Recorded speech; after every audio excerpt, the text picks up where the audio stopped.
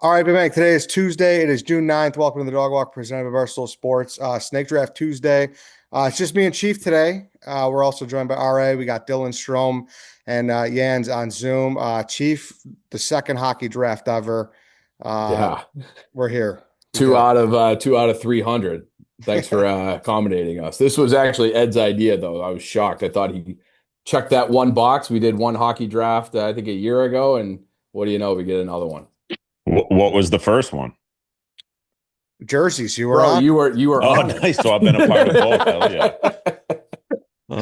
Strome, what's up, man? How are you? Thanks for Not joining. much. Thanks for having me on. Yeah, I thought it was going to be your whole crew from the podcast. So my answers were like a little bit centric to like Chicago, and so I got to adjust a little bit. But I'm ready. Yeah, we no, left it's all we left good. White Sox Dave off because he would have taken everything just 2015 Blackhawks when he realized that we had a hockey team in town. So Yeah. So here's the big thing, right? So we've done everything besides I think the NBA as far as the major sports go, but a couple big things happen in 2026. This is only 2000 to 2025, so it's I said last 25 years, like Well, from today to 2001. I- If you're trying to leave off 2026, like I gotta I'm I mean pulling that's a challenge 25 years. That's the whole point. The first Yeah. quarter century of the hockey. So wait, so he's he said trying- last 25. So I'm thinking the same thing, 2001. So why don't you just say maybe like top 25 this century? Yeah, I think that's Yeah, fair because that's- there's if I mean, this is if you What leave happened one- this century? Yeah, Or what yeah, happened what do this you year think, Stromer? What do you well, remember century anything? would be 2000 to 2026 because if we like the thing said last 25 years, I thought the same thing. I left out 2000 because 25 years of 2001. So Ed's it's, trying to rob yeah. Strome So our guest Ed, of the moment. Red Ed, your call, buddy. You're Red Ed. Listen, that's fine. We could do it. I'm just going with the year because that's the way we've done it on the other ones. But fine, we could do it to present day. So that Well, adds. some of those we did in 2025, so it made sense. I know. Well, okay. I Hey, will good add- news. You make the rules. What the fuck? Listen, Jens, they all say I'm a fucking dictator. They call me Red Ed. They think I'm communist China. Listen, I'm not. It's a democracy. I'm for the people. So fine, it will be the present day of June of 2026. Congrats. Now So- I will add. Now on that note, I will add 2 moments to my board. Not being a dick. So is it 2001 till today or the 2000? Nah, 2000 counts. You could do 2000. Okay, so this century then. All right. Just no. I'm a stickler. Yeah, no, I got you for sure.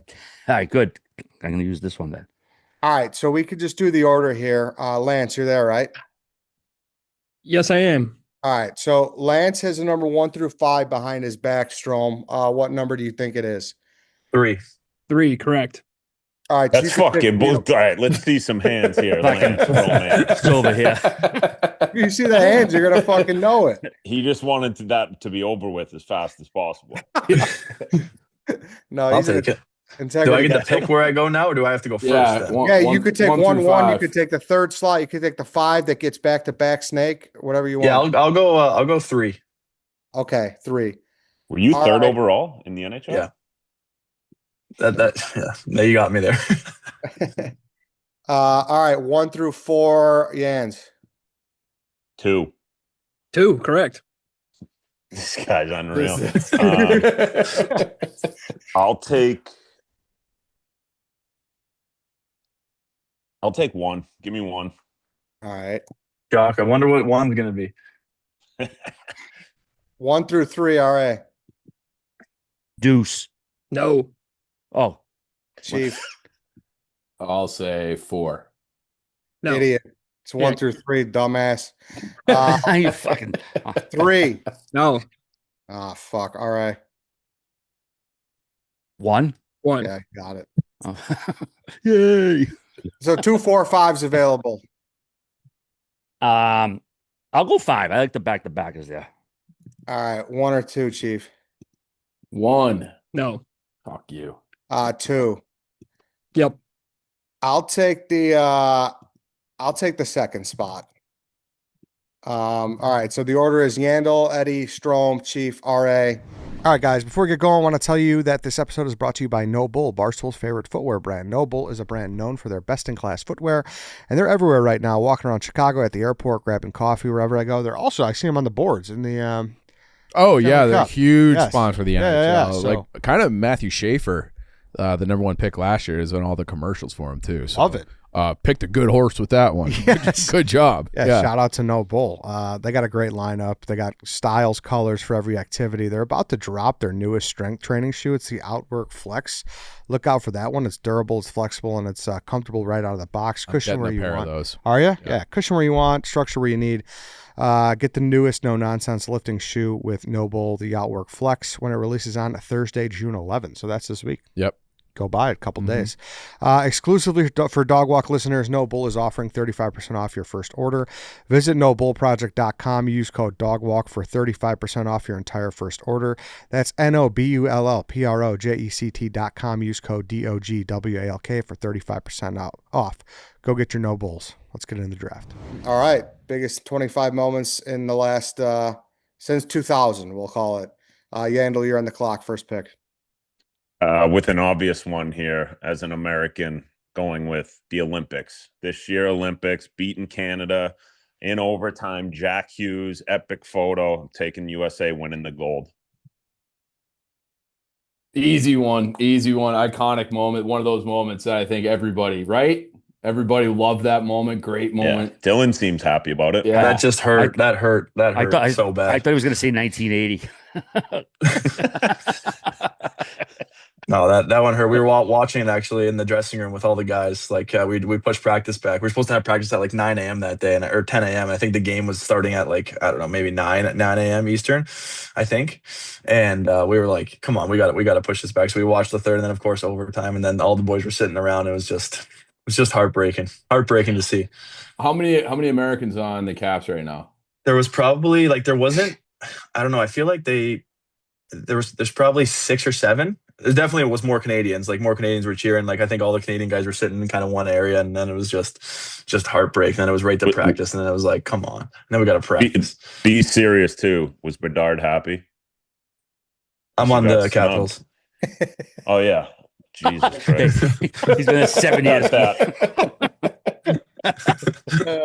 Good call. Too much.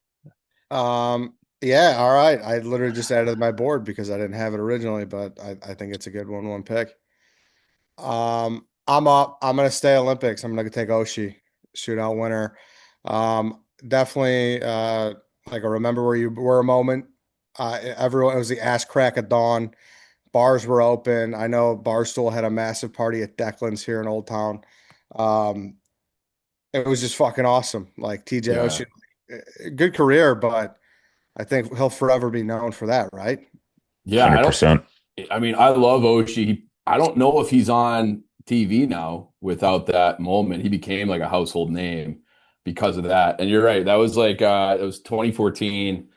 I got to Declan's for our Barstool watch party, I think at 5:30. I had to sneak in the side door. There was a line down the block. It was nuts to butts, the entire bar. Definitely broke fire code. And then Oshie, goes, how many times he goes? 6, 7 times, something like that. 6, I think. Yeah, and it was him and Quick. And then when they scored, they start playing like Lee Greenwood, Proud to be an American, and like the whole bar singing it. It was like the number one vibes moment, I think, for USA Hockey. Maybe it's just like where you were, time and place, but like being hammered at 8 a.m. We had a guy, Declan's famously doesn't have doors on their shitter stalls. There's people just taking a shit like right in the middle, like broad daylight. Morning shit. Nobody wanted to leave. People were like out all night and just kept it going, rolled right into the bar at 6 a.m. So it was awesome. That Oshie. I also feel like low key that there's like obviously Canada US has a huge rivalry, but anytime there's like a Russia in the mix with the rivalries, like there's something different about it. Like for me, like as a kid, like the Canada Russia World Juniors was like everything, like always. It was like the biggest like the game. villain. So I feel like yeah. Their Drago is their home ice too. Those are the Sochi Olympics. Yeah, it's an all-time moment. It's a great pick. Do Do you think at some point, or how many people in this country do you think have a Mandela effect where they think that was for gold? Oh, Oh, I bet a lot it's of more, people think that he won gold for that. Same. I think it was the first game, wasn't it? Yeah, I think it's probably more of that, Eddie, for the 1980 when they beat the Ruskies. People probably True. thought U.S. won the gold then, but they still had to beat the Finns. True, but that's become like the famous trivia question now, where like that actually wasn't for gold, but which will probably turn into an Oshie question at some point, I would guess. But I would bet you there's a lot of people that were just hammered, and if you ask them, like, yeah, it's for gold, they would have no fucking clue. We got to get the Russians back in international competition. I think they just said that they're like on a case by case basis, whatever that means. So I saw that too, and I got excited until I read it, and I'm like, wow, this means nothing. Yeah. I think with best on best stuff, they should be in, right, Stromer? Like with the NHL guys going for Four Nations, sure. Probably for sure. Yeah. Strome, you're up. Okay. I'm debating between two pretty heavy here, but I'll follow the theme because it was like the biggest part of my childhood watching hockey. Remembering, I'll go the golden goal for Canada 2010 Olympics. Crosby scoring on Ryan Miller. Just the moment, like you guys say, like obviously everyone's proud to be patriotic and where they're from, and Canada.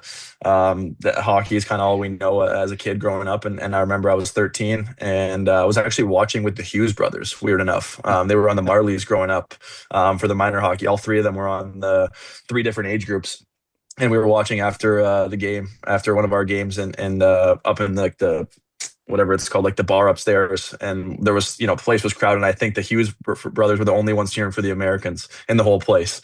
And it was a crazy time, and that's just the one for me that's got to be my first pick. I think that one's so epic too, just because it's on home ice in Canada. Sid winning it, it just added to his his lore and his legacy. That's a great pick. That really, he had already had the cup, but then he followed it up. So I think won the cup in 9 and then won the gold in 10. It was like, Jesus Christ. Also the 2006 Olympics was a huge failure for Canada. They lost, I don't know, in the quarters, I think, maybe. And you don't even remember because they didn't do well. And they didn't take Crosby that year. He had I think he had was leading the league or second in the league in scoring at the time because it was 2006. It was his first year. And I remember that they didn't take him, and it was like a big thing, and that he probably should have made it. And then so when 2010 came around, it was a huge deal, especially in Canada. Yeah, we interviewed him up in Nova Scotia years back, and we asked him about that. He said it was just one of those drills he would do, just turn and shoot from all over. It was just that's basically the thing he did when he was 8, 9 years old. Just instinctively did it, scored that goal. Good stuff. Sorry, Enzo. No, you're all good. Your job. Interesting. All three Olympics right out of the gate. So I'm interested when this turns into more of the league. Chief, you're up. This will be more of the league. Coming out of the first lockout, you shut hockey down for the year, and it was what a disaster. I was at prep school when it happened. Everyone's just watching Northeastern against Harvard on the weekends because there's no hockey. And then when it was announced that it came back, and it came back almost kind of the perfect timing because you had Sid and Ovi coming in at the same time. Yeah, had on my list. Which was our bird magic kind of thing for hockey. And then they did all the rule changes. They had the salary cap, which I don't know, the players. That was not good for us. Players probably didn't like that. I lost a lot of money of that. Yeah. But getting rid of the red line, they made all these rule changes that made the game better, faster. I don't think the products really.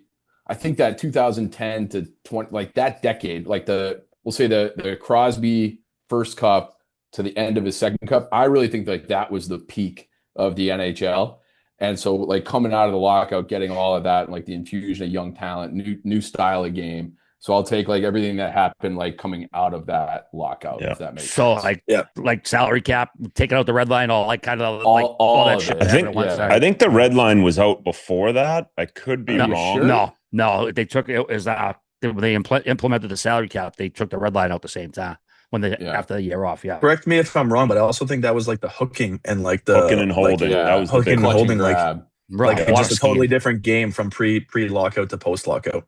Yeah, if you watch old games, I saw clips of was it Devils and Avalanche, and you're just ugh, what is this? This is just a bad I don't think like as a kid you really appreciated it in real time because you just love hockey. But then when you compare like the early pre-lockout game in the early 2000s to the last 10 years, it's like it's a completely different thing. I think it's way better now.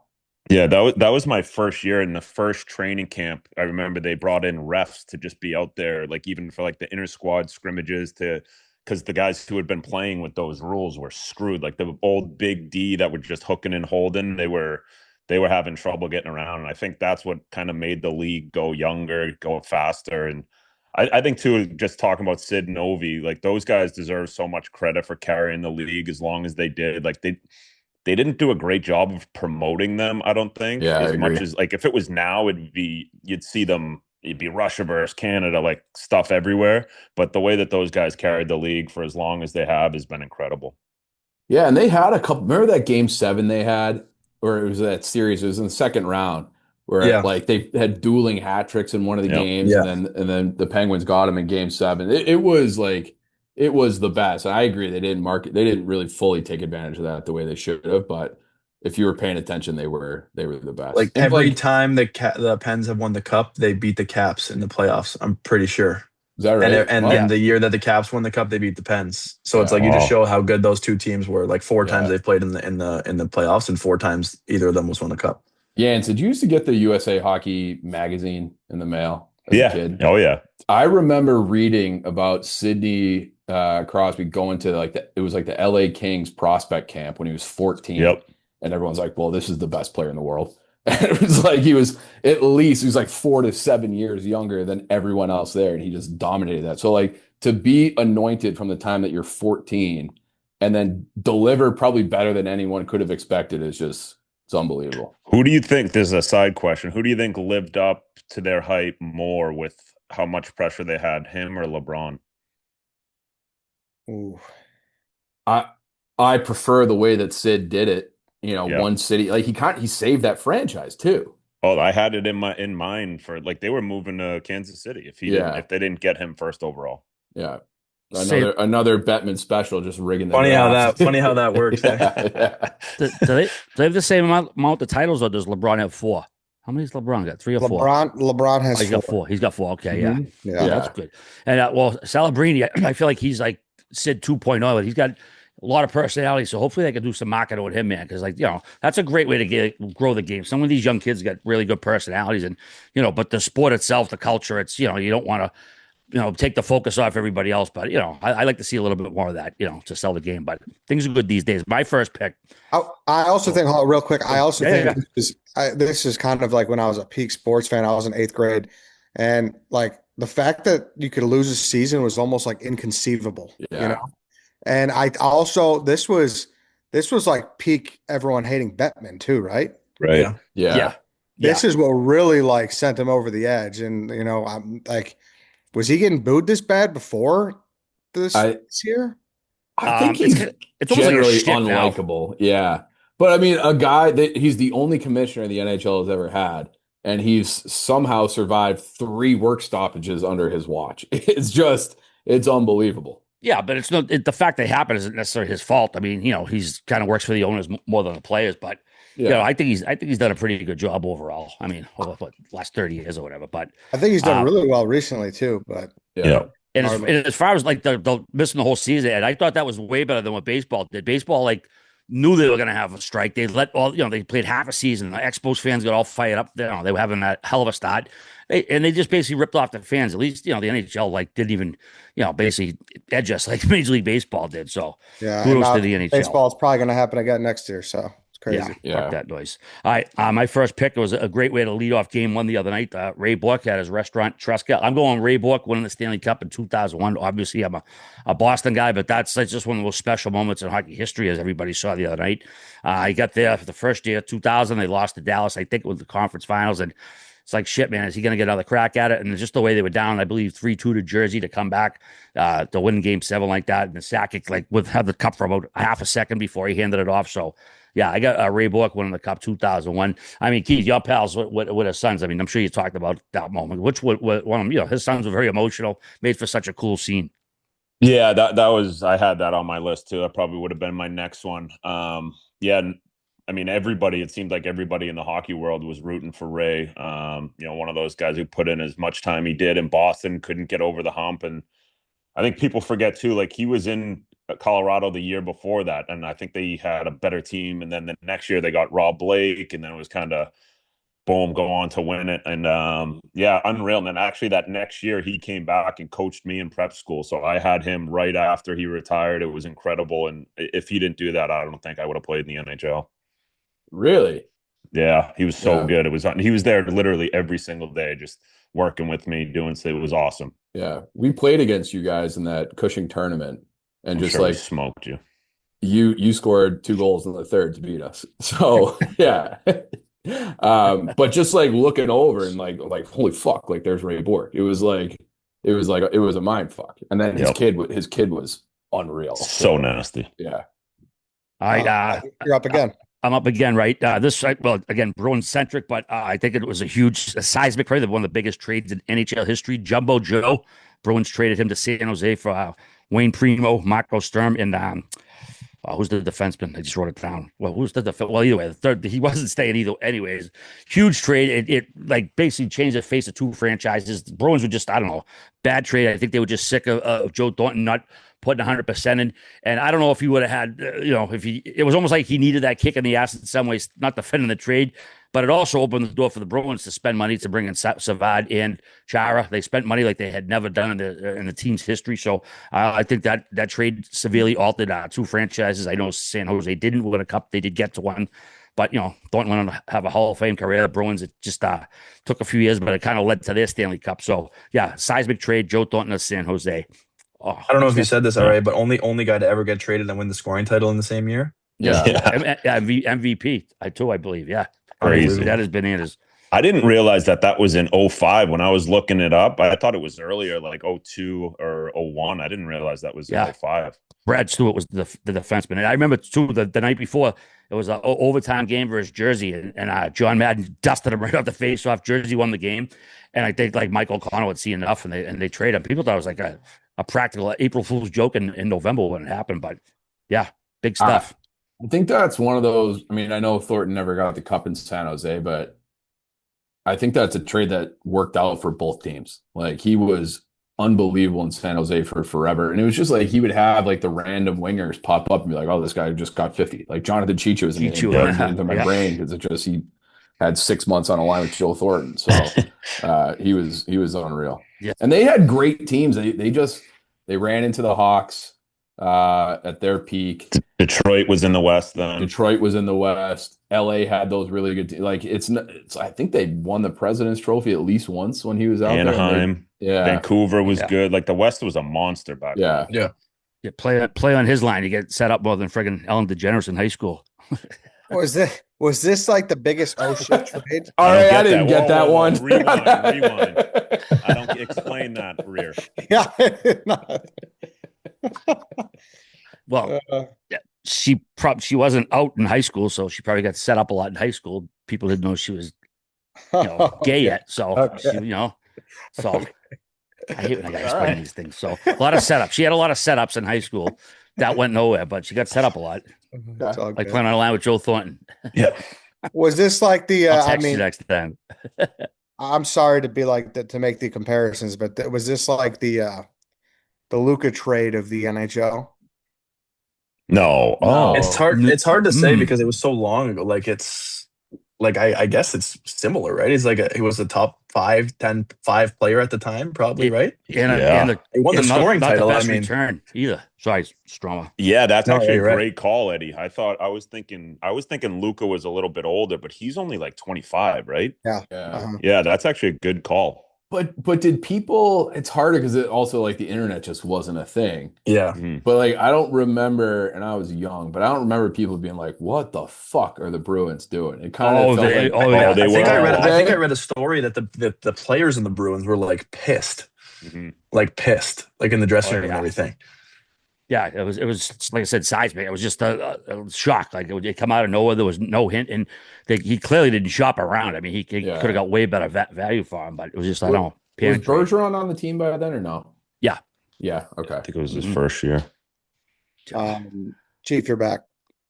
I'm going to leave one for Strome. That's the kind of guy I am. So I'm going to take Kane, 2010, overtime, game 6 against the Flyers to win the cup, where no one knows where the puck is, and he's celebrating, and everyone's just kind of standing still. Surreal moment, crazy way to end a 49-year cup drought. But like that whole thing was so crazy because the Hawks were dead in this city for forever. The games weren't on TV. And then Bill Wirtz dies. They put the game, like half the home games on TV for Taves and Kane's rookie year. And then it's like, before you know it, it's a dynasty. So it all happened so fast. And it was like having him, I think he was 20. That was like his second or third year in the league when he scored that goal. And then the run that they went on. But that 2010, it was just like the whole thing was a party. They got to the conference finals the year before, but it's still like Detroit waxed them. But then for them to go all the way through, beat Vancouver, and then to have it end with that moment in OT, like similar type of shot to the Crosby Olympic goal in 10.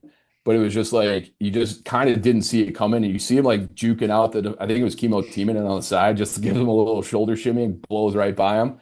And then puts that in. And like, I feel like hockey was back in Chicago from that moment on. So I'll take Kane in the finals in 2010. That was a great series too, man. Yeah. I mean, Philly gave him a battle, considering they had like, I think Leighton and Boucher, basically two backups with goaltenders. But yeah, because I went up to Chicago for games 1 and 2. Me and Big Jim Veazey went out for the first couple games, and yeah, Philly, man, they gave him, like I said, a pretty good battle. It wasn't like they walked all over them. I think game 2, like Philly won like 6-5 or something like that. It was because was it Niemi, Chicago's goalie? It wasn't like these monster goalies that you see nowadays, that the big names. Yeah, wow. And I don't know if like the puck getting lost is like better in the long term now, because it's like a little more memorable. Yeah. But at the moment, it was like, what the fuck's going on? Like, he's celebrating, like he clearly feels good about it, but nobody knew what the fuck was going on. Still don't know where that puck is. I bet it's on Chris Prunga's mantle somewhere. Buried in his backyard. Strome, you're up. All right. Thanks, Chief, for saving this one for me. I'm going to go April 6th, 2025. Alex Ovechkin breaking the all-time goals record. Just the whole year, just even being a part of it for the last couple of years, just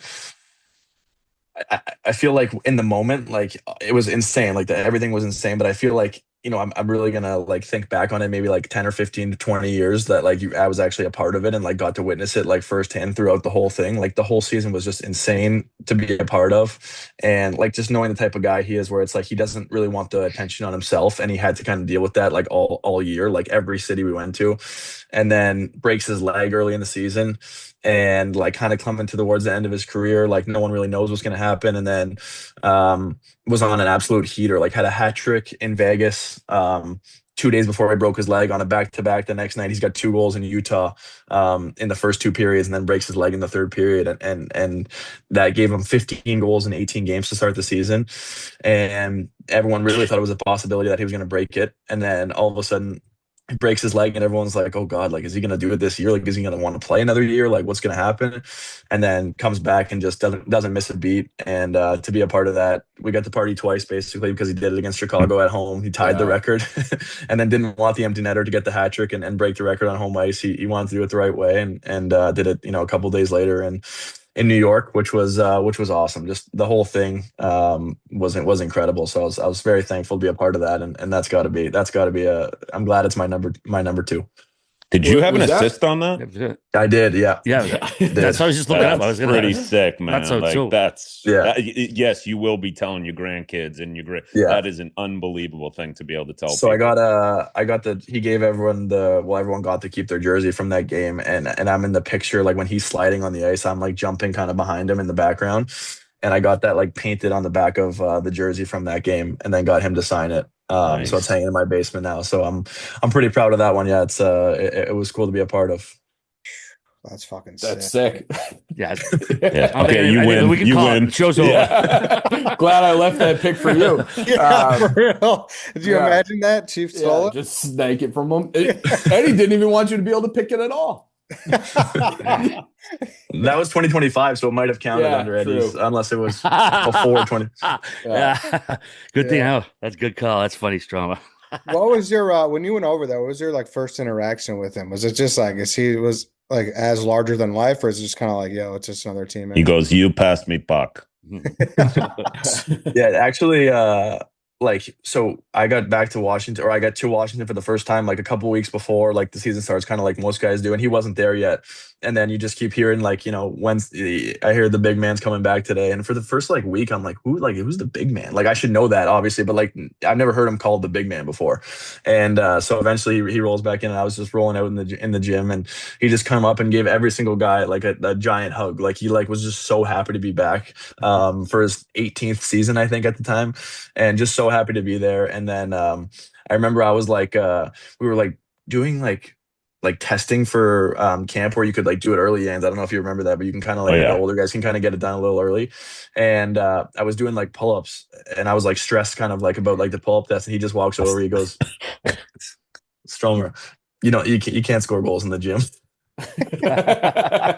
He's like, don't worry about it.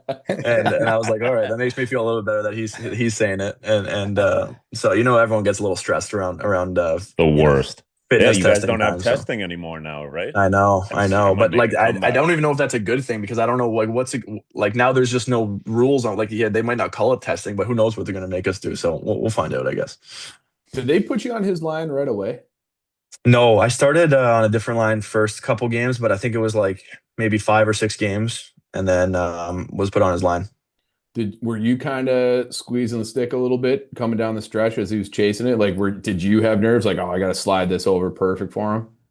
I mean, I definitely, like, I think everyone was like, I was definitely passing like way more than what I ever have in my life before, because everyone just wanted him to get it. Like, he got it on April 6th. Like, there wasn't like, I think there was only like 5 or 6 games left at that point, like after that.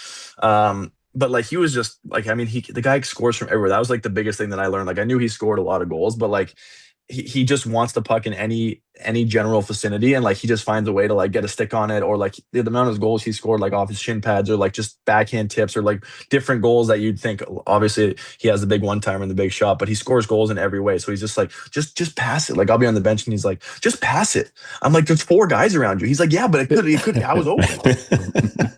So I'm like, all right. So then I learned that way. So I just always try to get it to him when he's open. 7-Eleven always open. Hey guys, let's pause. I want to talk about Roback Activewear, best fit, best feel.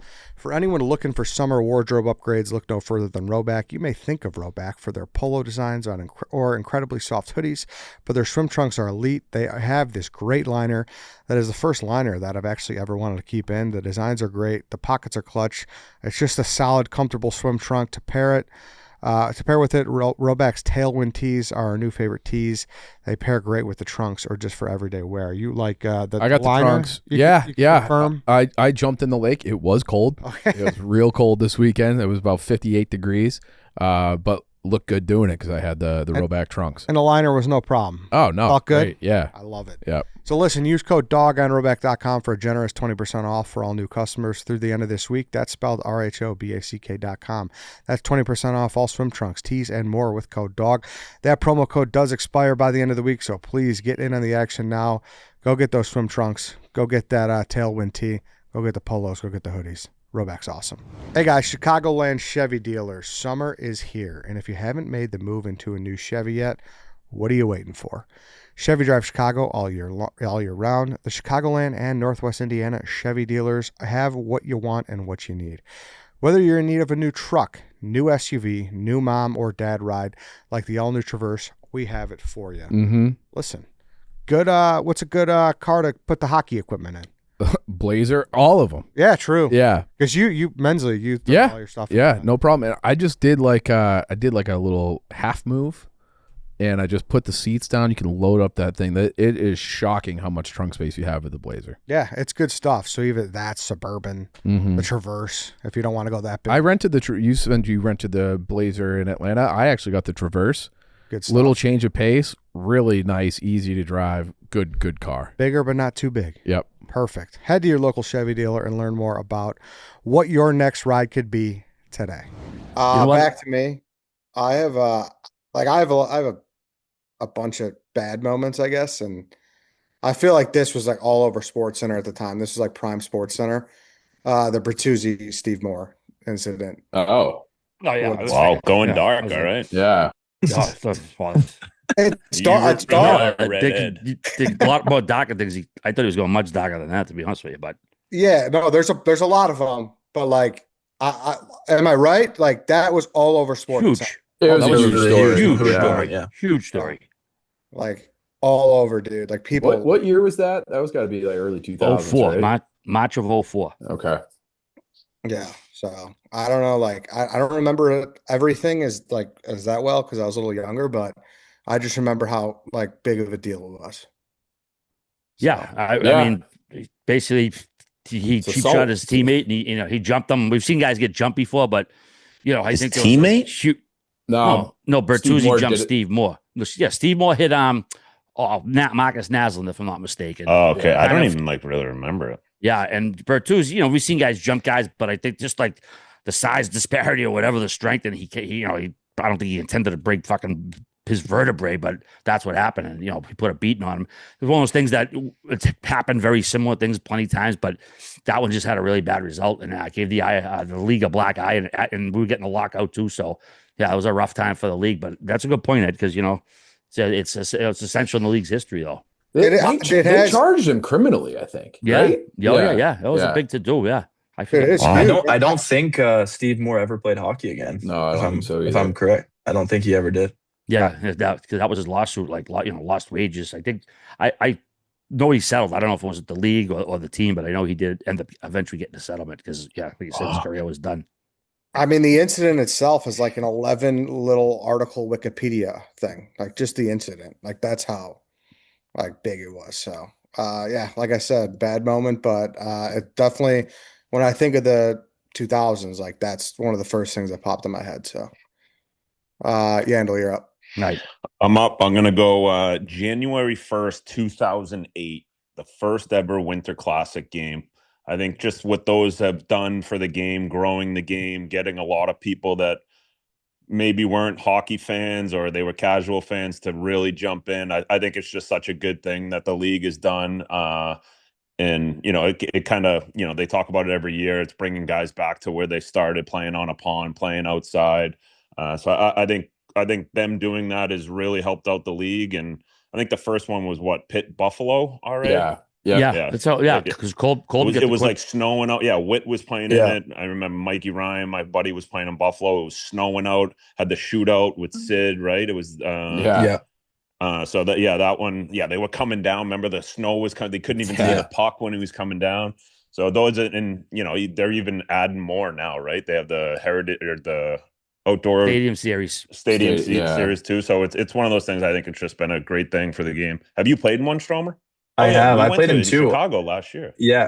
I don't know if you're messing with me. No, I played in two. My first, I got traded to the Hawks in 2018 November, and 2019 January 1st we played at Notre Dame in Winter Classic, Nice. January 1st, which was unreal. We lost, Yeah, so it kind of sucked. But we were there. Yeah. it was unreal. And then That I was- played a stadium series game against Carolina, which is probably the worst hockey game I've ever been a part of in my entire life. At NC State Stadium, I don't even know what it's called. It was one to forget for sure. But the Winter Classic was incredible. Yeah, that was Eddie and I. That was our first day on the job full time with Barstool. It Yeah. was that Winter Classic game at Notre Dame Stadium. Yeah, that's I what we rechristened our touchdown Jesus, puck line Jesus. That's where it all started. Yeah, That was like my kind of like welcome to how big the Blackhawks were moment. Like I could not believe how many Blackhawks fans were there. I think they said the stadium holds 80,000. I think I want to say. yeah. And I think it was 60,000 Blackhawks fans, 20,000 Bruins fans, and to have the flyover in the game, it was honestly incredible. What did you guys wear coming in? That wasn't a thing then. That wasn't. that I wasn't- thought no, the Bruins did Peaky Blinders or something. I think that was Yeah, that another was one later. a little Yeah. later because we just wore I remember walking in the suit and a toque and a scarf. I remember. Yeah, Keith, Dog, he has the record still for quickest goal with the Classic, 21 seconds into the first one Yeah. ever. Yeah, have you heard Not sure if you that? heard. Yeah. Oh, yeah, I know. No, we went to the coldest one ever too. It was Minnesota, the baseball stadium there a few years ago. Weren't like your Minnesota, St. beers Louis. freezing? Yeah, I was the only one who stayed for the whole game. It was like you had to go down in the concourse. It was legit like Joe Below's there all there. But it's You Minnesota, guys, man. You suck it all up. right. You said you were at the game in Notre Dame. Yeah. Is it? I remember I think my dad said that they ran out of beer. Is that? Do you remember that at all? I don't know. That's the wrong guy there. Why? How do you think they ran out? Yeah. Yeah, I don't know if we were. I don't think we were in a box then. I honestly don't remember Strome, but yeah, Okay. I mean, Boston. I fans, remember. I Chicago. think I remember my dad saying that like they did like after the second there was no beer left and like people were like going crazy. I guess they wanted beer. Those are two drinking towns. Yeah. At an Irish college to boot. Yeah. Yeah. You're up again. We were in a suite. We had all Yeah, so the we beer had, we I wanted. don't want to say Sorry, that, but yeah, we had beer. Yeah, we had plenty. And then we rode the bus back. We got stuck in traffic. We just rode the bus back with Jeremy Roenick, and he just told stories for like 4 hours. And Unreal. It was awesome. It was All sick. right, yeah, good day. And then we had the double doink like 4 days later for the Bears. So that was the Hawks lose in the winter class. We're like, yeah, this is Chicago. Crazy. You're up again, Yandle. I'm up again. All right. I'm going to go another date in history. December 15th, 2015 at 2:16 p.m. Ryan Whitney tweets out, "I really want to start a podcast about hockey, trending topics, life in general. Need a partner. At Biz Nasty ? And we got the one and only Rear Admiral here with him who hopped on. And I on it, and it's not because I'm on Chicklets now. I think what they've done for the league and bringing out guys' personalities, seeing what guys are all about, and obviously we're all biased and we think hockey guys are the best, but I think with them coming aboard and getting guys' personalities out, I think it's really helped grow the game. And I really truly believe that because of Chicklets, the league has grown as much as it has, and obviously the talent of the players. But I think Chicklets has really helped that out. Good pick.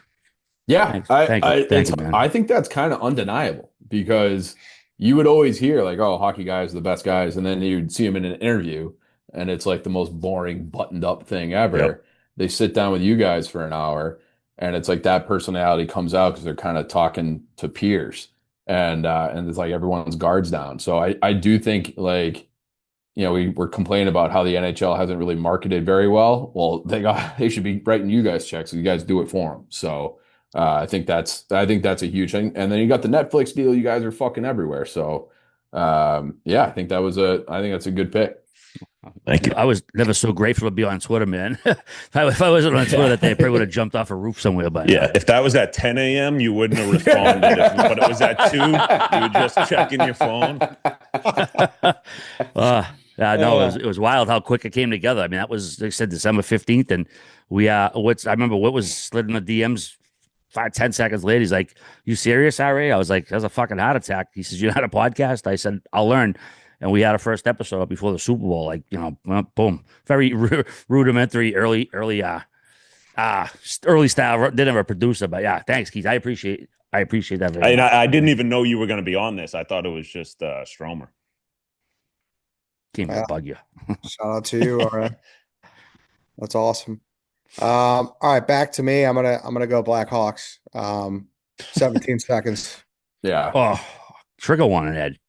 Yeah, sorry. I apologize. 17 seconds. I mean, listen, everybody was getting ready to go back for Game 7 at the United Center. Here comes Brian Bickle and Dave Bolin. Boom, boom. Blackhawks raise another cup. It was awesome. One of the best fan experiences ever. You couldn't ripping the gloves off. Hard to deny that. Yeah. And like it was I was in a bar for that one too, and you couldn't even you're like, wait, what? They scored again? Because we weren't done celebrating like the tying goal. Yeah. There's beer spraying everywhere. Like I think they had like confetti in the bar for the tying goal, and then you look and you're like, is that a replay? Like, what's going on? And then you got another cup. So it was incredible. And then like Taves with the assist, Duncan Keith had a big play, like a big keep in on that. So it was like all of like like the Mount Rushmore for the Hawks of that era.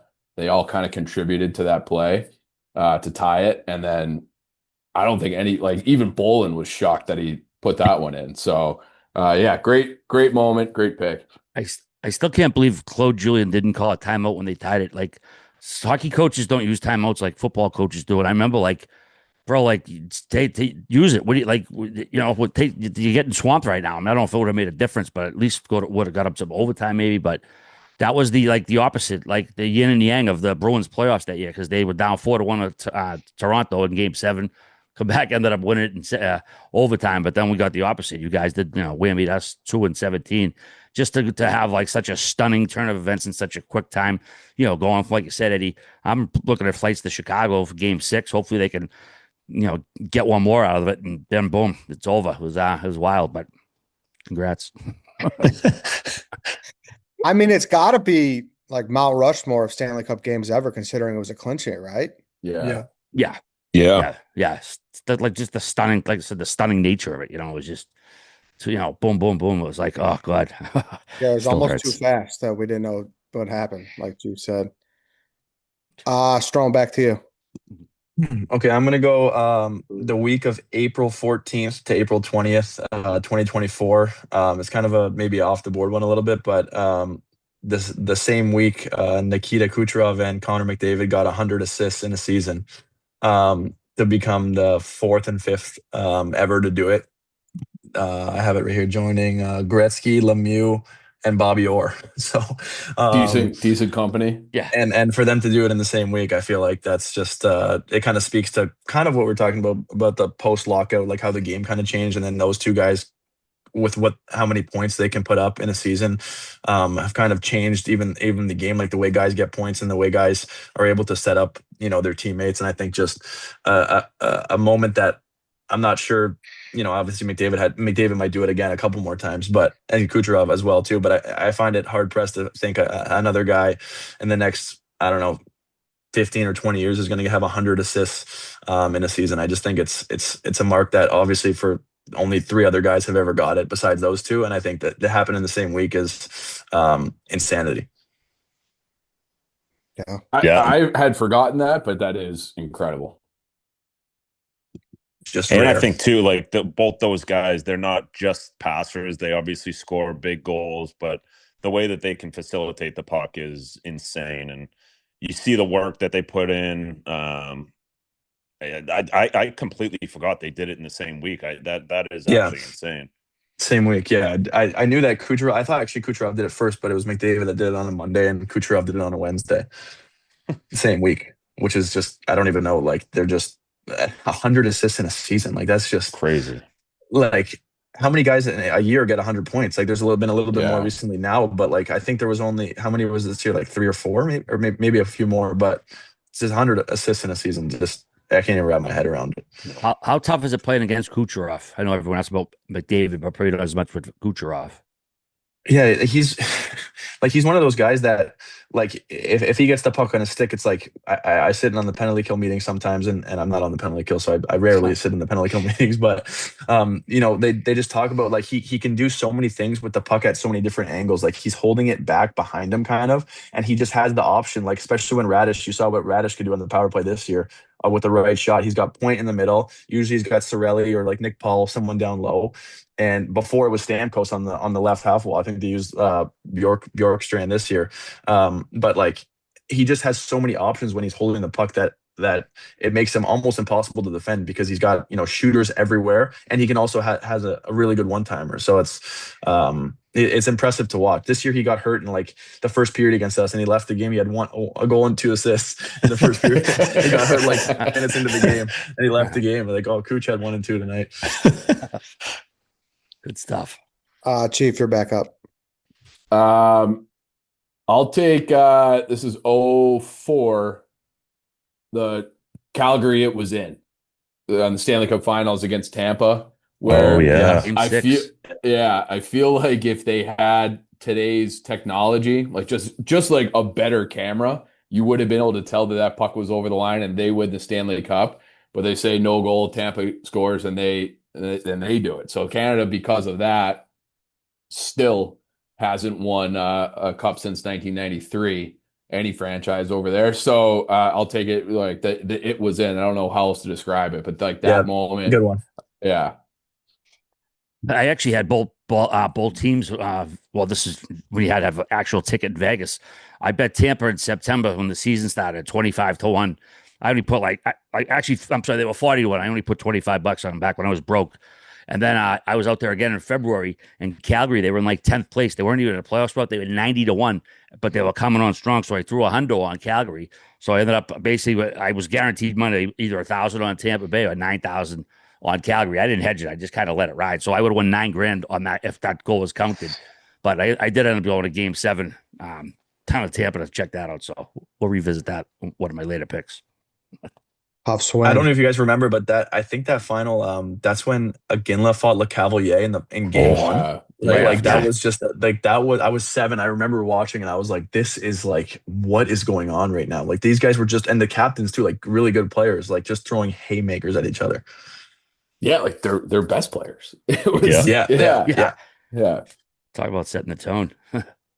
All right.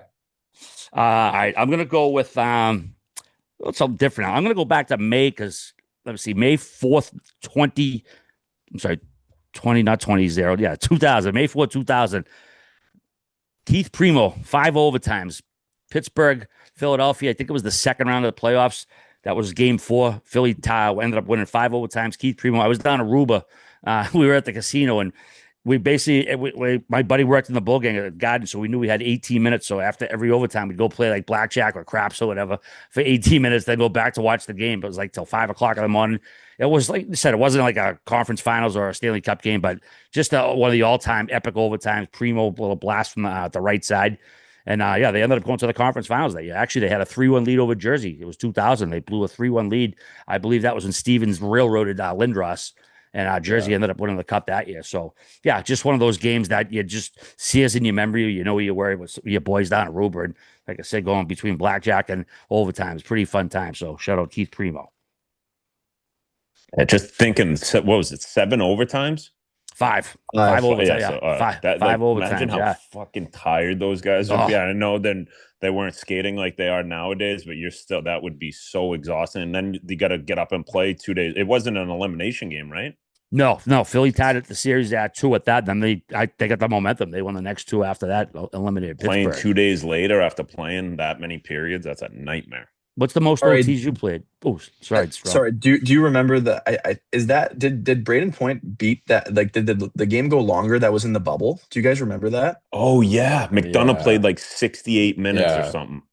Because I don't know if you guys remember, but it was only in 2 rinks, right? Like, so it was in Toronto and Edmonton, and that game was at like noon, I think, and like the other game didn't even go on that day. Yeah. Like we were playing later at night. I think we started at 9 o'clock West time that night.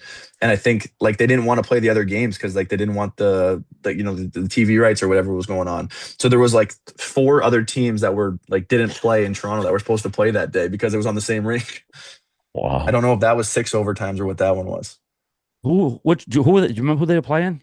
It was Columbus. The Islanders? Oh, I think it was Columbus, Tampa, I think, because Columbus beat Toronto that year, right? To knock Toronto out of the bubble. I think Tampa played Columbus. Got it right here. Yeah, it was 5. Let's see. Blah, blah, blah. Yeah, it was actually game 1 versus Columbus.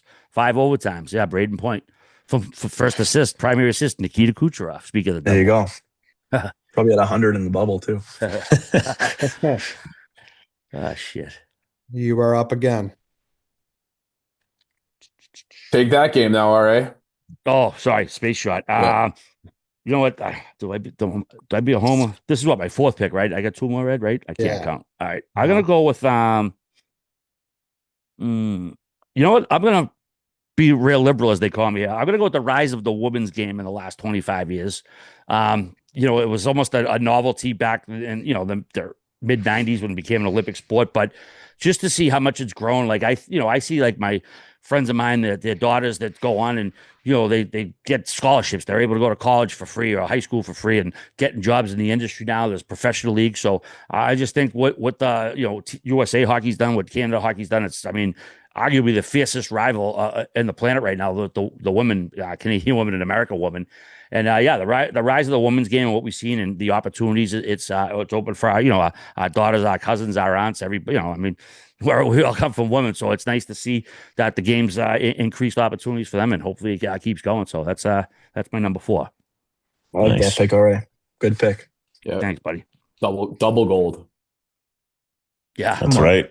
Is it even a rival anymore? Yeah, good point. Good question. 2002, 2010, 2014, 2008. Yeah, but this is like the Yankees counting 27 championships, but yeah, I know. 15 of them were before TV existed. I know. Yeah. Chief, you're up. I'll go with the homer pick. It's my favorite game that I've ever been to. Seabrook against Detroit, Game 7, 2013, overtime. So they had it was just the anniversary of it, so I've been seeing the clip everywhere. But they scored with 2 minutes to go or a minute 40 to go, and they disallowed the goal for a penalty behind the play with Hjalmarsson scored. So then you're like, oh fuck, because Detroit had tied it in the third period, and then Seabrook comes out. I think that goal happened in the first 4 or 5 minutes of OT off a guy's shin pads and in, but the place exploded. It's the loudest I've ever heard the United Center. Seabrook's celebration, he just kind of casually skates the boards and the whole team hovers around him, and then you could just see him screaming at the top of his lungs, staring at the rafters. It was in that rivalry too, the Wings, the Hawks, original 6, great uniforms. It was bedlam. The UC was up for grab. Detroit sucks chance going out kind of all night out, to go to the bars after, spontaneous Detroit sucks chance, just break out in the bar. It was awesome. So Seabrook overtime, Game 7 versus Detroit. Crazy game. Yeah. Awesome. Chicago. Strome. Okay, since you guys have been talking so much about the Olympics, I'm going to go to pretty much my first hockey memory that I can ever remember, and that's Mario Lemieux letting the puck go between his legs in 2002. Korea? To Korea, yeah. Chris Pronger, I believe, passed it to him. And Mike Richter tries to dive, and obviously it was just an unbelievable play by Lemieux. Doesn't get a point on the play, just lets it go through his legs to Korea, and I don't think Canada had ever won an Olympics. And maybe correct me if I'm wrong, but I think you're right. I think 2002 was because they lost in '98 with Gretzky, and then 2002. I just remember being at my aunt's house, and that's the first. And I was only 5, so that's the first. I was actually 4. That's the first thing I remember about hockey, pretty much that I can remember still to this day. Just seeing my family tearing up because of how important the game was. It felt like to them, and that's just a goal that it never happens. Where a guy leaves the puck to go between his legs, just the perfect play, and led Canada to the first gold medal, first of I think 4. If you guys want to correct me on that, 4 or 5, right? So. But that's one that's my first hockey memory, so I had to pick it. Yeah, and he came out of retirement that year. Yeah. So just so fucking good, man. Strome, I'd consider you a very high IQ hockey player, but where would you rank that as far as hockey IQ? That is to you guys who don't Eddie, him doing that. Have you know the goal he's talking about? I actually don't. So so you'll have to look it up. It's one of the most insane heads up plays of all time, and I think only one guy could ever do it. He's driving the middle towards the net, basically, and it looks like he's going to take a one-timer, and he lets the puck just go between his legs, and the goalie is nowhere near the net because he thinks Lemieux is going to take it, and then it's just the perfect I don't even know who Pronger was passing it to, but because that's how good of a play it was by Lemieux, and I think that made it 4-2. I don't know how good my memory is on that, but I think it made it 4-2 in the third, and then Sakic scored to make it 5-2. But I remember just the play, the hockey IQ to have that, to do that is incredible. How does he even know he was there? Exactly. It's behind him. Yeah. Yeah. We asked Pronger. We just had him on recently, and I asked him if he meant to pass that to Lemieux, and he was like, "Yes, 100%. Anytime you see Really? 66 open, you try to give it to him." And he was like, "I wish I saw Correa. I didn't see him, and I had a better angle." He was like, "Lemieux's the only one who knew what he was doing." I think he kind of gets forgotten about when you talk about the grades. Like, not forgotten about, but like I don't think he's put up there enough. Have you ever looked at his hockey DB page?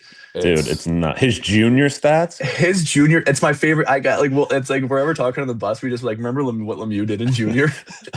Nuts. Is it 288 or am I? I think I'll look it up right now. Yeah, 288 points. I think Gretzky said if he didn't have all the health problems he had, he would have definitely broken all of Wayne's records. Like, dude, 70 games played, 133 goals, 149 assists for 282 points. That is absolutely insane. I think we were talking about it one time. We were talking about it one time on the bus, and we looked it up. We were looking up like articles about it, and there was actually an article. I don't even remember what team he was on, like the Olympics or something. And, the ball. Yeah, and he had one game that year where he didn't have a point. We were dying laughing. The team must have celebrated like they won it. Yeah, 4 points a game. It's 4 points a game. The next guy with points on that team was 170. Jeez. So more than 112 more. My favorite Lemieux thing is he scored 5 goals in 5 different ways in one game. That's a great short-handed, power play, even strength, empty netter, and a penalty shot all in one game. Like that's will never happen again. Yeah, exactly. Good stuff. This is unbelievable. Dude, he had his stats he had 199 points in the NHL. What the fuck are we doing? 199 points in 76 games. And him and Yago were on the same team too for a few years. Dude. Do you think he was like a little bit rattled? Do you think he was a little bit rattled that he didn't get to 200? Had to be. I get rattled looking at it in Hockey Reference, Strome, so I can't imagine what he looks like. Because Gretzky's the only one with 200, right? Yeah. I think he did it 3 times. Yeah, one year in 59 games, he had 123 points, but he was minus 18. How about the year? So I don't know how old he would have been, but I'm looking at 0203. So that would have been after the Olympics. That Olympics you're talking about. 91 points in 67 games. Crazy. So that's in like the heart of the clutch and grab era where nobody was really putting up a ton of points. He's got to be 30-something years old, back problems, cancer broken survivor. back and cancer.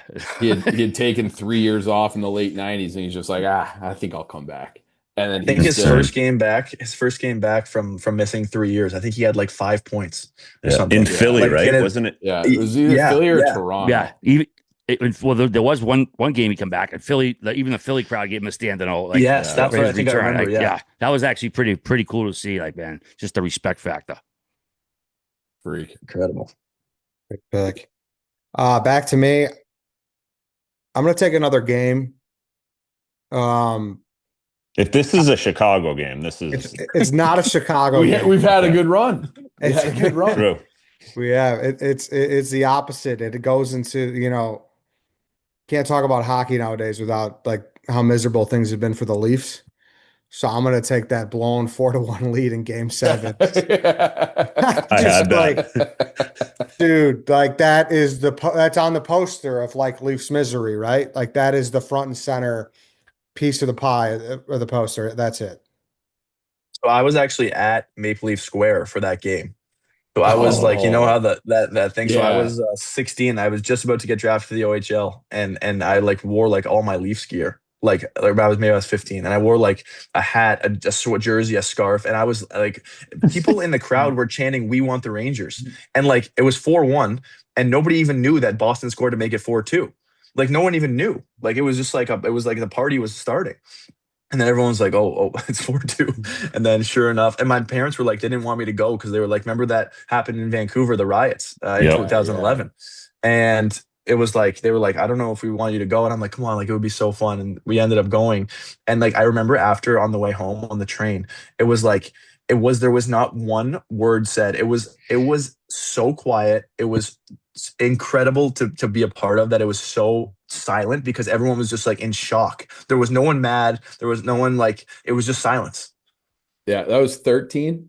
Yeah. 13, yeah. Yeah. I think they were chanting, "We want the Rangers" for round 2. Like people, I'm sure I was doing it too, honestly.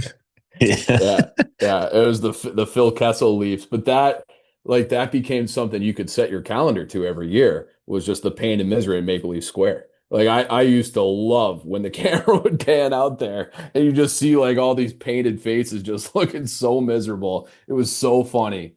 I need the Leafs to be relevant again because this is a hard year. I missed out on that early April tradition of all the Leafs fans being just devastated in the first round of the playoffs. Yeah. Well, I mean, Mana's in the final now, but like this, he won He might more. win the Conn Smythe. Yeah, Oh, it'd be incredible. He's won more playoff rounds this year than he did in what 8 or 9 years in Toronto combined all together. So Hey, we need someone to dig up a photo and find Stromer in that crowd with his face painted and the Here, I'm gonna try to. scarf on I'm it. pretty sure it's on my Tears Instagram. running down the Yeah. face paint. Yeah. Like, look at these kids are crying. That's a tough one. Yeah, and Steve. So, do I have 2 in a row right now? Yes, 2 in a row, and these are your last the two last picks. two. Last 2. For my fourth one, I'm gonna go Johnny Gaudreau scoring in his first game. Getting called up from he was playing at BC, comes in. I remember my dad telling me about him. He used to go to BC games all the time. He's like, there's this kid, he's tiny, but he is insane. And then I remember seeing him, I'm like, how is this guy going to make it? How is he going to last in the NHL? And he did, and proved it his first game, scored a huge goal. And, obviously the rest is history with him and his career and what he meant to a lot of people, and just an unbelievable guy as well. absolutely, Keith. I mean, he Good was one of the when we had the interviews. It's kind of hilarious. The first ones when guys, would come to my house. This is even before Biz. I turn around, I have like Eichel would come over, McAvoy. It's like I got all these NHLers in my living room. It was hilarious. And the first time Johnny come over with Kevin Hayes and I had a random pair of cowboy boots in my basement, and I brought him up because it was right after he wore his Yeezys to the Stampede. And I was like, "Hey, buddy, you want these? You might need them for later." And I hadn't met him before. We hit it off, and I mean, he was such just a great kid, always smiling, always fun, always like willing to come on the show. And we had had a few pops doing the interview, and just a special memory we have of him coming on the show the first time and then several times after. So good pick, and God bless the Gaudreau family. Yep. Yeah. Agreed. Yeah, because did they win the national championship his senior year or no? Because wasn't that the year because I remember the Hawks took They did, I think. I'm pretty sure they did. The Hawks took What's Kevin Gurnelly Hayes. when we need him? Yeah, for real. Hawks took Kevin Hayes at the end of the first round, and then he wanted to sign after his junior year, and the Hawks are like, eh. And then he goes back and he's got the full year with Johnny Hockey, and they just absolutely light it up. And he's like, "No, I'm good. I'm going to the Rangers. Fuck you guys." Yeah. So, but yeah, that was a nasty team for sure. Johnny Ham and Cheese. They had one other? Who was the other? They had one other nasty. Bill guy. Arnold. Yeah. It was Kevin, Bill Arnold, and Johnny on a line. They were unreal. Yeah. So my last one here. Yeah. Again. I'm gonna go with the 2003 draft. I think if you talk to any hockey guy, you talk about best draft classes. Where kind of, and then we've talked a lot about it, where the league has came in the last 25 years, and I think a lot of it comes from that draft. Like just looking at the numbers, there's 2 guys with over 1,500 games, 1,400 games. There's going to be multiple Hall of Famers. I think everyone in the first round played some games. Just an absolutely loaded draft. So if you want to, go down a rabbit hole, go click on the 2003 NHL draft and look at the names there. And I think a lot of where the league is now has a lot to do with those guys and the way that they played, because they look at those guys. There's a ton of skill guys, but there's also, big tough guys. There's guys like Getzlaf, Perry, Dustin Brown. Like there's just guys up and down that list of absolute monsters. Marc-Andre Fleury going 1 overall, one of the best characters and best goalies that the league's ever seen. So I think that draft is definitely the number 1 overall. I mean, even some of the guys in the second round, You got Bergeron went second round, Shea Weber went second round, Corey Crawford second round. Just it is like a who's who. Jimmy Howard, like that whole generation, like that. What I think is the peak of hockey from nine to the Penguins kind of bookend that era. That whole era was defined by that 2003 class. Like they're lit Corey Perry, Getzlav, everybody. Yeah. And then if you go down to the fourth round, 121st overall, you get Paul Bissonnette too. So let's not forget about that. He's part of the famous class. Look, Exactly. any other year, he probably goes, late first. It's just a loaded class. Dude, I see he's doing Old Spice commercials now. I was like, Yeah. bro, how if anyone should an Old Spice commercial, I'm the boomer of the group. I should have had that money. Get that bag. Seriously. That's fucking hilarious. Sorry, Enzo, go ahead. No, you're good. All right, I'm up. My last pick. There's still a lot left on the board, obviously. I was fascinated as a kid about Ilya Kovalchuk. Like when he just up and went back to Russia, it was just fucking stunning. And there was a whole bunch of things with him, like him signing the 17 years, I think, and then they 15 or 17. Yeah. Oh, yeah. They PB whacked Jersey too for that contract. Yeah, dude. There was just always weird shit going on with him to the point where I was always just like, what? Like I was infatuated with him. So yeah, and then he showed up in that 2014 Olympics, and it was kind of him. It was he and Doksuk were kind of rotating in that shootout when Oshie was just going by himself. And you're like, this guy, I haven't seen him in years. He's still a monster. Yeah. He was so good. Like people don't realize how he was a big man. He was hard to play against. Have you ever seen the clip of him? I think it's maybe with just his kids or him and his kids' friends, and he's just on a pond somewhere in Russia, just dangling through everybody like they can't touch him.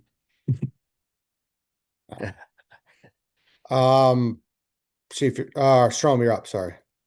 Okay, I think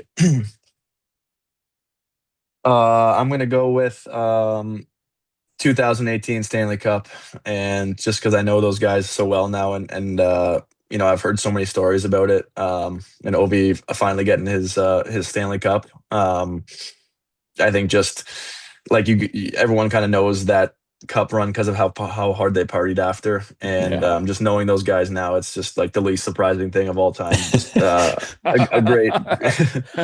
great group of guys, and to kind of to be on the team and know those guys and what they went through, and the heartache and having the Penguins win 3 cups and that time that Ovi was on the Caps, and then for them to get it done, I just think I think it was a great story and a great run, and some unreal games that playoffs, like Kuznetsov scored in Game 6 against Pittsburgh to knock them out and kind of slay the dragon there, the Bird Selly, and then people kind of forget that they went to Game 7 in Tampa Bay, and they had Burakovsky scores 2 goals that game. I think they won 3 or 4-0. Ovi scores that game, and then Vegas, like kind of out of nowhere, really literally out of nowhere, has like the best season ever, and nobody could really beat them. And then they just ran into like kind of the team of destiny in the Caps, and I feel like for what we've been talking about for most of this podcast, the 2005 post on kind of, and Ovi, and for him to get his cup, and I think that's my final choice. I think too, with like his legacy, and how the hockey world is, like winning is everything for your legacy. And even though the fact that he broke the record, 7 years after that, for most goals, like people still would have talked about if he'd never got that cup, right? And I think him getting that was huge, not obviously for him and Washington and the game of hockey, but just like in general for him, just getting that cup and being a winner, because we all know how much he gave to the league and the Capitals, but getting that cup win was huge for him. And like he would beat, like, Dan Marino's probably one of the 3 greatest quarterbacks ever, but he doesn't have one, so he's not lumped in that discussion with Brady. So like he had to have one, and like in terms of like memorable cup lifts, like that moment, like his might be number 1. Like you could just see it like all kind of pouring out of him. So awesome moment. I think also too it showed like Washington I think they had been I think 2 cups prior in their prior history before that, and I mean fans all bark online, every fan base has their pack of heads, but I think it also was like you were happy for the DC fans, man. They've been waiting a long time to get a winner there, and they showed out, no doubt, during the whole playoffs, but it was like, it was good to see a team that's been trying to get at it. It was great to see Ovi, so good call there. Plus, and him doing it on the team that he was drafted by, too, Yeah, not that having too. to go somewhere else and chase it. Like that's a big thing, those guys staying in their teams. For sure. Good stuff. Who's up, Ed? Chief. Me. I'm actually going with the other team in that final. The Vegas story to me was the most remarkable thing, maybe of this whole list in a way, because if you look at the previous expansion era with the Jackets, who still have never done anything, the Wild, I think they've been to the conference finals once. The Preds been to the finals once, never won it, and I'm leaving somebody else. San Jose?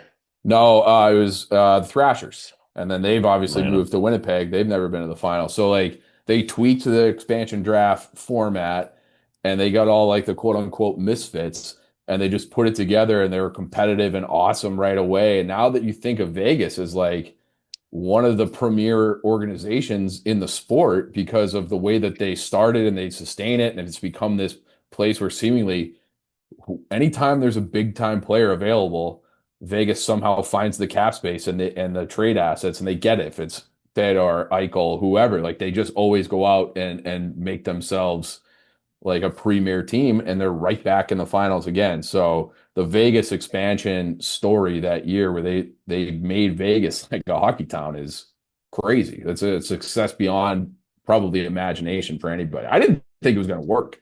I'm like, what are they going to Vegas for? Like they're banking on like tourists going to hockey games and they're in Vegas. Like this is stupid. But it's been a smashing success. You forgot about the Liam Blutmans of the world. That live in Yeah, Vegas. for real. Yeah. Dude, the way McPhee pantsed all the other GMs though, like I mean, it was crazy. I mean, someone on Twitter like posted all the moves they made, and what like GMs were giving up to take guys to save other guys. It was just absolutely insane how many miscalculations were made, and I mean, and I think also too, like remember when Columbus come in and Minnesota, how bad they were for so long. I mean, horrible. The Preds too. The Preds almost had to move. And these owners, I mean, they're spending, now they're spending billions of dollars just to give to the owners to get into the league now. And it's like, man, they got to rig the game. You can't, you don't want a team like having to dig a hole, digging out of a hole the first 3-4 years of the franchise. But I kind of remember like that when they drafted those guys, I feel like I remember being like, what are they doing? Kind of.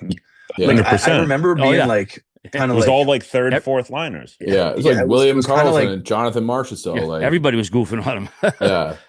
And they had like I want to say like 14 of like 20 players that played over X amount of games have career years, which like I don't know if that's ever going to happen again on any team. Like just everything went so well for them. Like it was impressive. Yeah, because weren't there like some genuine like star big name guys available that teams were trying to do like a cap dump on, and they're like, no, like we'll take your third line, fourth line guy. Yeah, well, I think a lot of the teams like made like trades like to Vegas, like saying like basically like, like if you take this guy, we'll give you a second round pick or something along those lines. I feel like I kind of remember being like, just so teams could, or teams were trading guys. Like the Leafs traded, I want to say, or that might have been the Seattle draft. I remember the Leafs like got Jared McCann, and then McCann was taken by Seattle, but he was never actually on the Leafs. He was there for like, so maybe they learned a little from that. Yeah. They would sweeten the pot. Crazy. Yeah. I mean, like I remember like William Karlsson, Wild Bill. I mean, Columbus, he never had more than 9 goals in Columbus first year in Vegas, 43 goals. Like it's like he was scoring between the legs. Like it was. And but that's as you played there, like that rink is, amazing. That rink is in a top 3 for me to play in the league. What are the other two, you think? I'm a little biased to Chicago because I love Chicago and Montreal. Montreal. So those are just the road cities that I feel like just the atmosphere when you're the road team, like when you're there, is just like they're just different. Yeah. Yeah. You got a similar, I'd throw list? MSG. I'd have the same list, and then I'd put MSG up there too, just with the history, and then having played there too. Like I'll never forget our game. We won Game 7 overtime to go to the Eastern Conference Finals. It was the loudest I've ever heard a building. So yeah, I think Montreal, Vegas, Chicago, MSG are mine. What was that And against? Nashville's close. Nashville's close. Up Nashville to is awesome. No, that was against Washington. Oh, okay, all right. Yeah. We were at a game Derek 7 Stepan. against them. That was sick. Yeah, that was the first round. That was Panarin's OT Game 7 winner. Yeah. Which, what was that? 2022, something like that. That was Yeah. unbelievable. Strome, I just flew up to Montreal for Game 4 versus Buffalo because I was watching the atmosphere on TV. I been in a zillion playoff games, a lot of Canadians games, but never a Canadians game in a playoff. So got a ticket for like $300 and flew up, and yeah, it's goosebump city. And obviously, I'm a Boston guy, but you can't help get enamored when you're in that environment with the Olay and everything. And yeah, it's good stuff, man. Glad I went up. Game 3 last year was Montreal's first time in the playoffs in like 9 years or something with fans, and that's not even comparable to the loudest rink I've ever played in. Like that is the loudest rink I've ever played in. Like it's not even close. And that game was just nuts. Like Wilson and Anderson are fighting on the bench. Like after the first period, like there's the refs between them. Our coaches are like standing back. Like I run over our goalie and like Slavkovsky scores and the building is just going. But I remember I opened up my Instagram after the game and everyone's like Habs legend. Like everyone's commenting. I had like 100 comments saying Habs legend. I'm like, it's Game 3 of the first round and like it's my first kind of like real experience of being a decent team in the playoffs. And I'm like, what is going on? Like, and then I kind of like clued in that like, okay, maybe I injured our goalie and the Habs are gonna like go far. And I'm like, oh my god. How is Willie doing? Say it again, sorry. How is Willie doing? Oh, he's the best. He's the best. Awesome. He's his son Teddy. He's an unbelievable dad and a unicorn of a hockey player. I'm so happy that I'm on his team, not playing against him. Exactly. Ever. Yeah. Bromer, I will say Washington, when you guys do the Tom Green thing on the Jumbotron, that like when it gets super loud, I think that's one of the best like 5 minutes the Unleash the Fury. Yeah. Why do they incredible. Do that? I don't even know why they do that. Is that like a thing? Like I have no idea why they do that. I have no idea. What is that? I wish we had a Caps guy on that would get an answer. Well, I love when they do it with like 5 or 6 minutes left in the third and the whole crowd loves it and goes nuts. I was wondering if Jans might know why they actually do. I didn't even know it was Tom Green. I didn't know that before your time. He's like feeding the snake, he's feeding the snake from Road Trip. From Road Trip. That's what yeah. He's a piece of work. Yeah. Lance, I'm going to need you to clip the part where they're talking great about the United Center as a top 3 building. Get that ready for July 1. Get some free agents in here. Starts with the anthem there.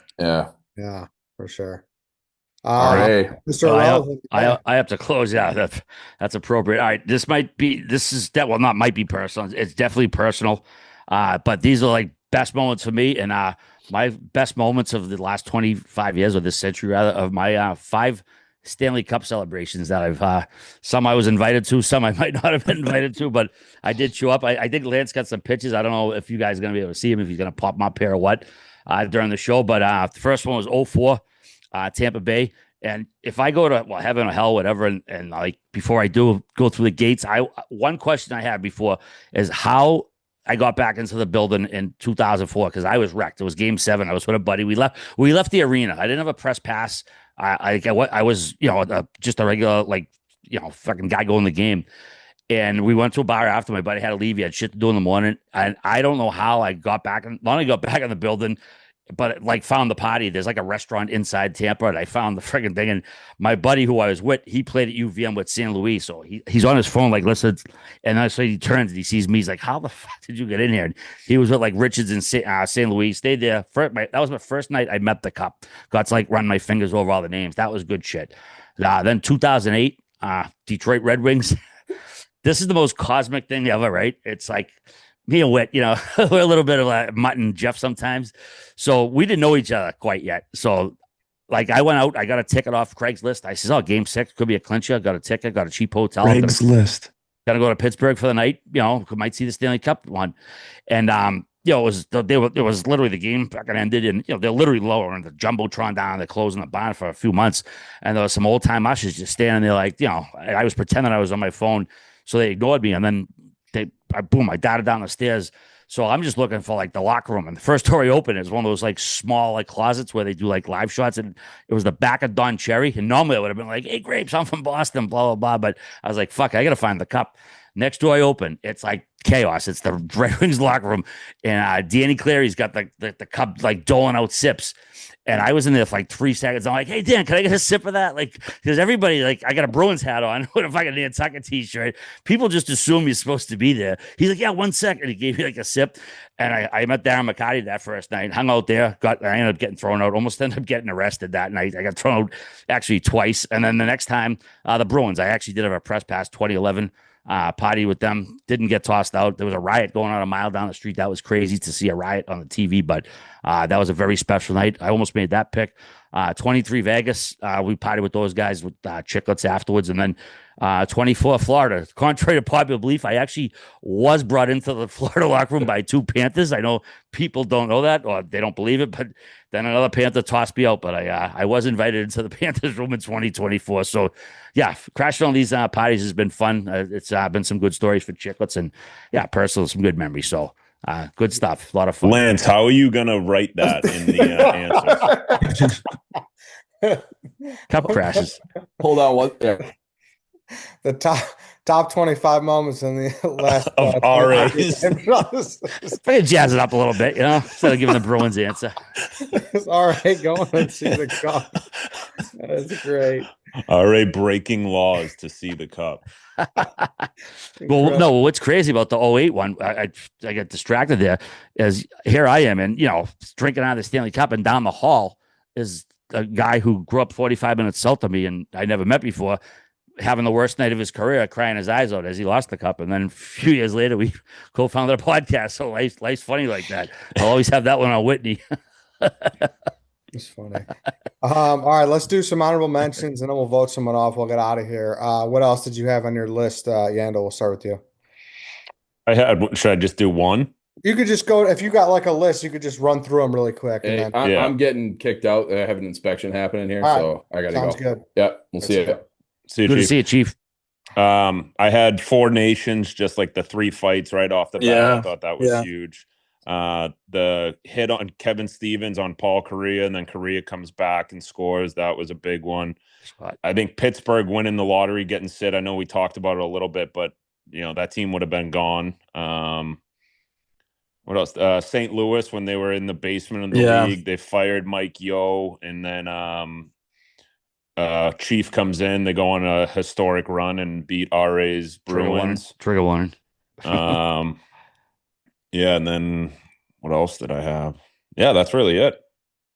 Strome. CHL players now being able to play college, I think that's a big thing. Yeah. I think this is kind of the first year of it, right? And then I think you're going to see a lot more of it. It's kind of going to be a feeder system, I would imagine, where CHL guys play in the CHL 16, 17, and then 18 years old go to college for a couple of years.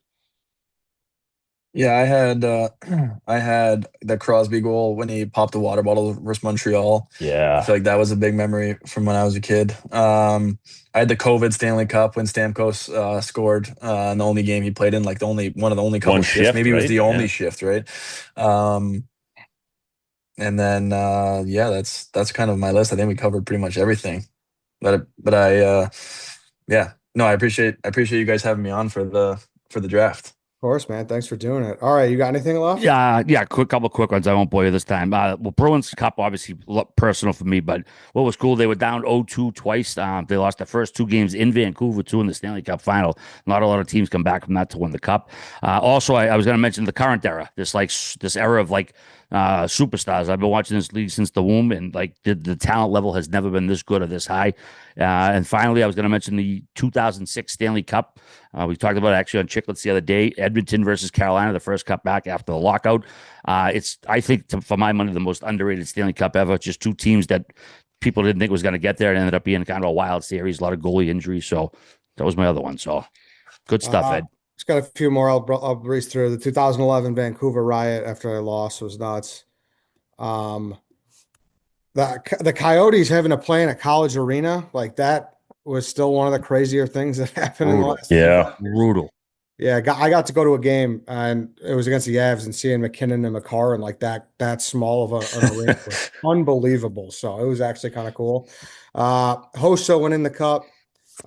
He was on the wrong side of both the Wings and the Penguins, so obviously that was pretty sweet. I have Buffalo bungling the Eichel situation. Tavares leaves the Islanders. Yeah, that's a good one. Eichel's a good one. Yeah. Yeah, there's a lot. Obviously, the evolution, the shootout, and the 3-on-3 overtime, like just a lot of like little Shit, I didn't even changes. think of it. Just a couple big things that have happened. So that's that. All right, I'm gonna read it off real quick, and then we'll vote someone out. So basically, we're voting who do you think had the worst draft, so they're not going to be on the poll for the week. All right. So I'm gonna read it off real quick, and then we'll vote someone off. We'll get out of here. Yandle, USA wins gold in 26, first Winter Classic. Whitney NRA starting Chicklets. Johnny Gaudreau scores in first game, 2003 NHL draft. Eddie TJ Oshie shootout. Bertuzzi, Steve Moore incident. Blackhawks 17 seconds. Leafs blow 4-1 lead in 2013 game 7. Kovalchuk goes back to Russia. Strome, Crosby's golden goal. Ovechkin breaks an all-time goal record. Kucherov and McDavid's 100 assists in the same week. Mario Lemieux, puck goes through the legs in 2002. Capitals win 2018 Stanley Cup. Chief, 2004-2005 lockout. Canes OT, 2010 winner. Calgary, 2004 game 6. Seabrook OT versus Detroit, game 7 in 2013. And Vegas goes to the Stanley Cup in year 1. RA, Ray Bork wins the Cup. Joe Thornton trade to San Jose. Keith Primu, 5 OT game winner. Rise of the women's game. And RA goes to 5 Stanley Cups. I think it's got to be like, I think your first 4 answers were good, RA, but the last one, I think making it about you, I think you got to be gone. All right. No. Yeah. I know it was a roll of dice. Lance seemed to like it, so I loved it. All right. That was perfectly you. Well, Strome, you got anyone else? I'm just gonna piggyback on Keith. I love you, all right, but buddy, top 25 hockey moment in the last 25 years.